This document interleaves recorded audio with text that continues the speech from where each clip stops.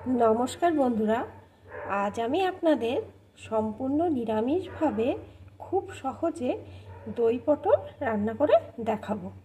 তার জন্য আমি এখানে কয়েকটি পটলের খোসা ছাড়িয়ে নিয়েছি আর দুই মাথা একটু একটু করে চিড়ে দিয়েছি।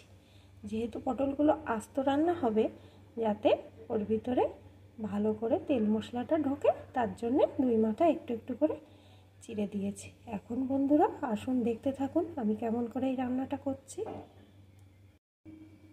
প্রথমে পটলগুলোর ভিতরে দিয়ে দেবো সামান্য একটু লবণ, একটু হলুদের গুঁড়ো। এখন ভালো করে পটলগুলোকে মাখিয়ে নেব। লবণ হলুদ দিয়ে পটলগুলো ভালো করে মাখিয়ে নিয়েছি। এখন এইভাবে কিছুক্ষণ রেখে দেব। তার মধ্যে আমার এই পটল রান্না করতে যে মশলাটা লাগবে সেই মশলাটা তৈরি করে নেব। দই পটলের জন্য আমার এখানে লাগছে একটা মশলার পেস্ট তৈরি করে নিয়েছি। তার মধ্যে আমি দিয়েছি একটু জিরে, একটু আদা আর একটু ধনে আর একটা শুকনো লঙ্কা একসাথে পেস্ট করে নিয়েছি। আর এখানে নিয়েছি কয়েকটা কাজু বাদাম। এর ভিতরে আমি দিয়ে দেবো 3টে কাঁচা লঙ্কা।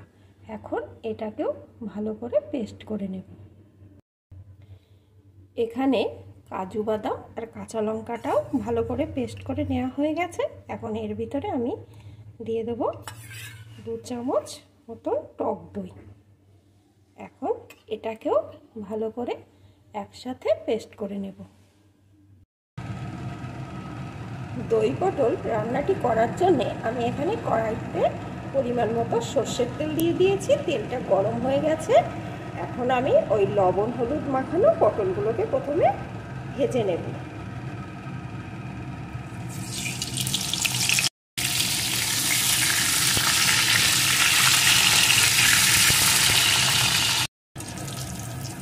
পটলগুলো আমার ভাজা হয়ে গেছে। এখন আমি তুলে নেব।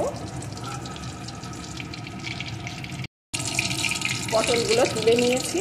এখন ওই তেলের ভিতরে ফোড়নে দিয়ে দেবো কিছুটা পরিমাণ গোটা গরম মশলা। ফোড়নটা একটু লাল লাল হলে এর ভিতরে এই মশলার পেস্টটা দিয়ে দেবো। সেই জিরে, আদা, ধনে আর একটা শুকনো লঙ্কার পেস্ট করে রেখেছিলাম, সেই পেস্টটা দিয়ে দিলাম। দিয়ে দেবো পরিমাণ মতো লবণ,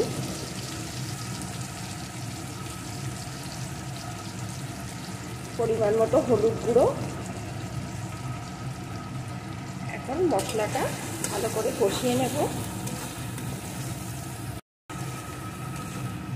মশলাগুলো সুন্দর করে কষিয়ে নিয়েছি। এখন এর ভিতরে ভাজা পটলগুলোকে দিয়ে দেব।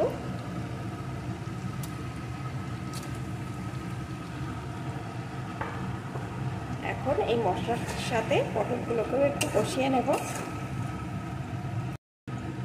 পটলগুলোকেও সুন্দর করে মশলার সাথে কষিয়ে নিয়েছি। এখন এর ভিতরে সামান্য একটু জল দেব।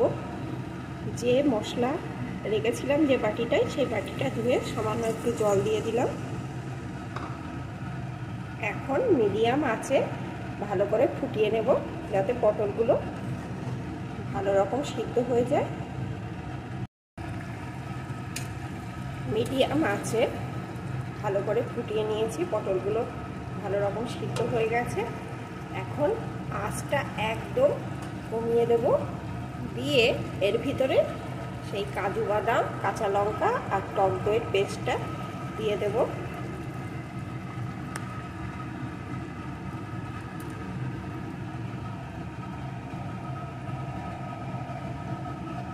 স্বাদের ব্যালেন্সটা রাখতে দিয়ে দেবো একটু চিনি। চিনির পরিমাণটা আপনারা আপনাদের মতন দেবেন। নিরামিষ রান্নায় একটু চিনি দিলে কিন্তু টেস্টটা অনেকটাই ভালো আসে। এখন এই লো আছে আরও কিছুক্ষণ জাল দিয়ে নেব। অল্প আছে আমি 15 মিনিট মতো এইভাবে নেড়ে নেড়ে রান্না করে নিয়েছি। রান্নাটা করার সময় কিন্তু মাঝে মাঝে এইভাবে নেড়ে দিতে হবে, না হলে নিচে ধরে যেতে পারে, যেহেতু টক দই কাজু বাদাম দেয়া। এখন আমার রান্নাটা সম্পূর্ণ হয়ে গেছে। দেখুন বন্ধুরা, কত সুন্দর হয়েছে। আর উপর থেকে কিন্তু তেল বেরিয়ে এসছে, তার মানে আমার রান্নাটা কমপ্লিট। এখন আমি একটা পাত্রে নামিয়ে নেব। আমার সম্পূর্ণ নিরামিষভাবে দই পটল রেডি। বন্ধুরা, আপনারা এইভাবে একদিন রান্না করে খেয়ে দেখবেন আর আমাকে কমেন্ট করে জানাবেন, আর লাইক শেয়ার করবেন বন্ধুরা, আর আমার পাশে থাকবেন।